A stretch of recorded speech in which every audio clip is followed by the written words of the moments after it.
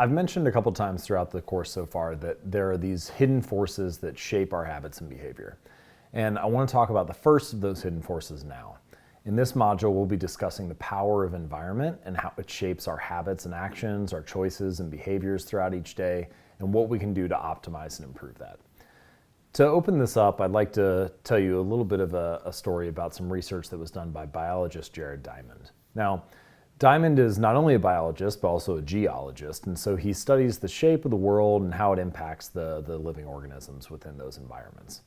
And one interesting piece of research that he did looked at the shape of different continents, which obviously differs, and the rates of agriculture across those continents. So, for example, the primary axis of Europe and Asia is east-west, right? It's a very long landmass all the way from France to China that is primarily east and west in orientation.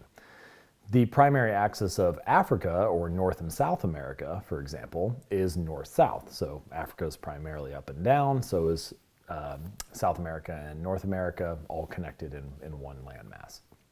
And what Diamond found was quite interesting, that agriculture tended to spread about 2 to 3 times faster across Europe and Asia as it did up and down the Americas throughout the years. And there are a variety of reasons, but one of the reasons for this is different climate. So for example, as you go north and south, the climate is much different in, say, Florida versus Canada.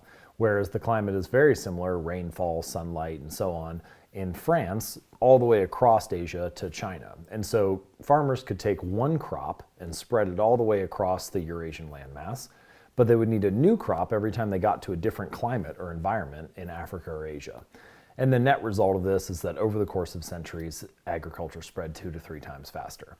Now, once you understand this, it becomes somewhat interesting to think about. Where else does the environment shape our habits and behavior? Does it shape our success and failure? There's no evidence that we have that farmers in Europe and Asia were more motivated, for example, than farmers in Africa or the Americas. There's no evidence that we have that they were more talented or genetically gifted. It's just a factor of the environment that they were operating in, and that made success more possible or more likely or more expedient or more rapid.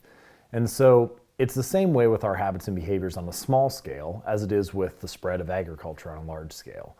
The environment that we live in, the physical space we are surrounded by, the options that are presented to us shape the actions that we take and the success that we do or don't have. And the purpose of these lessons that are to come is to help you design an environment of inevitability, a place where making progress, building habits that stick, making behavior change possible is not just a hopeful outcome, but an inevitable outcome. If we can organize our environment in such a way to shape our behaviors and make success more likely, then it becomes much easier for us to stick with habits and routines. And this is one of the core lessons of the power of environment on our habits, which is that so often we like to ascribe our success to whether or not we have willpower. You know, if we happen to get a new job, it's because we worked hard and we're dedicated. And if we don't get a job, it's because the economy sucks and there's no jobs on the market. So we're quick to blame the environment when things go negatively, but we forget about the power of the environment when things go positively. And so often what looks like good luck is really just a good environment that is promoting the behaviors and actions that you want to take versus the ones that you don't want to take. So as we start these lessons, keep that in mind, and we'll talk about ways to optimize and improve the environment that you operate within so that your habits can stick rather than fail.